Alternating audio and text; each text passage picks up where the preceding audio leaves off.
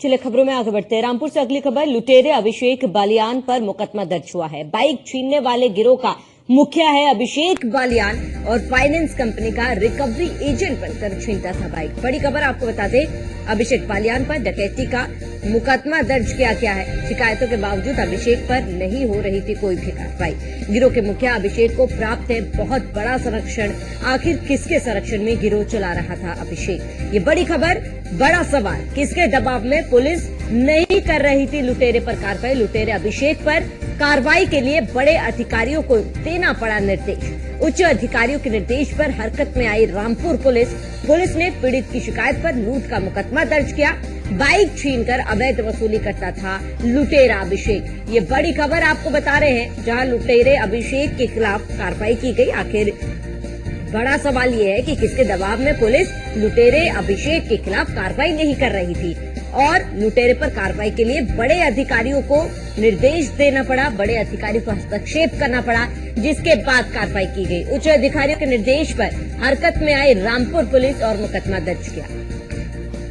अधिक जानकारी के लिए संवाददाता फहीम खान हमारे साथ जुड़ चुके हैं। फहीम, क्या कुछ पूरी जानकारी है? बड़ा सवाल ये कि शिकायत करने के बाद भी अभिषेक के खिलाफ मुकदमा दर्ज नहीं किया गया और अब बड़े अधिकारियों को हस्तक्षेप करना पड़ा इस पूरे मामले पर।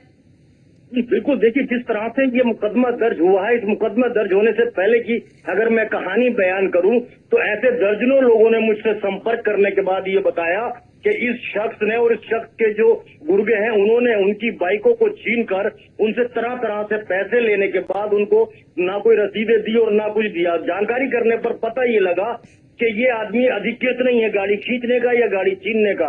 हाईकोर्ट और सुप्रीम कोर्ट के नियमों को भी इन्होंने अपने ठेंगे पर रखने के बाद लोगों की गाड़ियों को छीनने के बाद उनसे पैसा लिया, पैसा लेके उनको टहलाते रहे। तो इस तरह से जैसे कि इस मामले में खास तौर से जिस तरह से ये मुकदमा दर्ज हुआ है तो ये आसानी से नहीं हुआ है। जो वादी वेद प्रकाश है उसकी गाड़ी को लूट कर ले गए। लूटने के बाद उसने सीएम पोर्टल पर 8 बार शिकायत की, जैसा कि वो बता रहा है, जैसा कि वो आरोप लगा रहा है। उसने 8 बार शिकायत की और 8 बार पुलिस ने ये कह के उसका निस्तारण कर दिया कि आप अपनी बाइक ले जाओ, जमा है। उसने कहा नहीं, जो आरोप ये था कि गाड़ी को छीना गया, उसके साथ मारपीट की गई, उससे पैसे मांगे गए। इसके अलावा भी दर्जनों लोगों के मामले ऐसे हैं जिनसे पैसे ले लिए गए इस नाम पर कि हम रिकवरी एजेंट हैं। ये एक बहुत बड़ा यहाँ पे गिरोह चल रहा है, बहुत सारे लोग इसके अंदर हैं।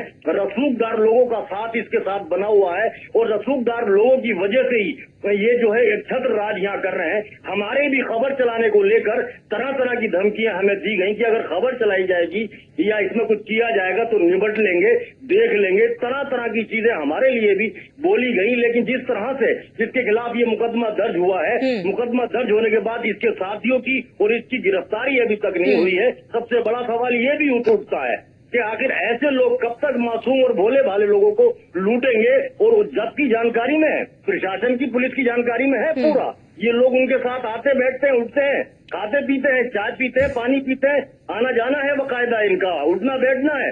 इतनी पूरी जानकारी के बावजूद भी इस पर रोक ना लगना, रिकवरी करवाते रहना, होते रहना। हालांकि जैसे कि पड़ोसी जिला है रुद्रपुर, वहाँ एसएसपी ने इनकी गिरफ्तारी कराई, मुकदमे दर्ज कराए। इनके खिलाफ भी ये जो मुकदमा दर्ज हुआ है, सीओ साहब के यहाँ फरियाद लेके पहुंचा फरियादी, तब जाके सीओ साहब को समझ में आया कि ये जो है मामला वाकई में गंभीर है। उन्होंने गंभीरता दिखाते हुए इसमें आदेश दिए।